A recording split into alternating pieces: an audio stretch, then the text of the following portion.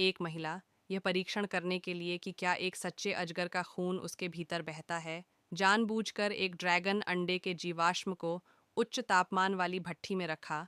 क्योंकि तीव्र गर्मी हजारों डिग्री सेल्सियस तक जमा हो गई, डेनेरिस ने इसे लेने का साहस किया।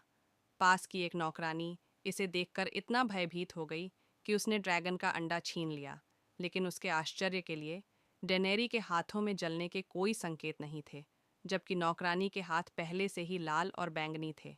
इस समय डेनेरीज को आखिरकार एहसास हुआ कि वह आग से नहीं डरती थी। फिर उसने ड्रैगन अंडे के जीवाश्म को फिर से देखा, जो हजारों वर्षों से अस्तित्व में था।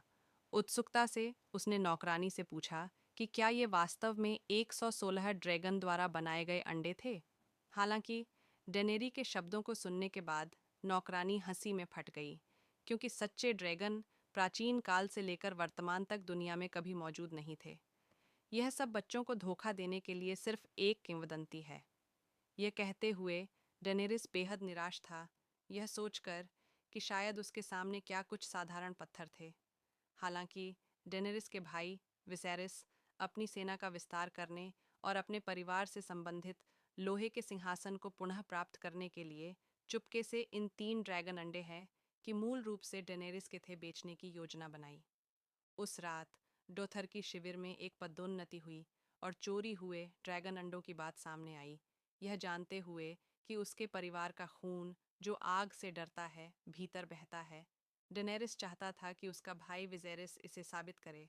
हालांकि जब सोने को लोहे के हिस्से में एक उच्च तापमान वाले तरल में पिघलाया गया था, तो ड्रोगो ने उत्साह से विसेरी का विरोध किया, राजा के लिए। हालांकि किसी को उम्मीद नहीं थी कि आज विसेरी चोरी हो सकते हैं। जाहिर है, डेनेरिस के भाई को परिवार का खून विरासत में नहीं मिला, और ड्रैगन अंडे के मालिक उसके बिल्कुल भी नहीं हो सकते थे।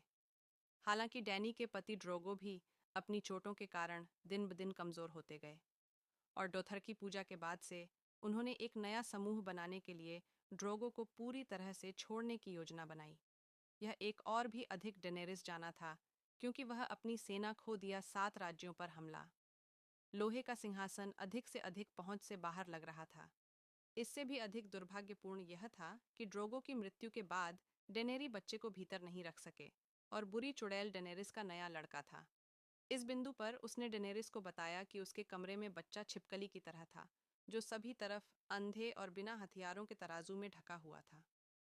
केवल बल्ले की तरह पंखों की एक जोड़ी है। ऐसा विकृत बच्चा संभवतः जीवित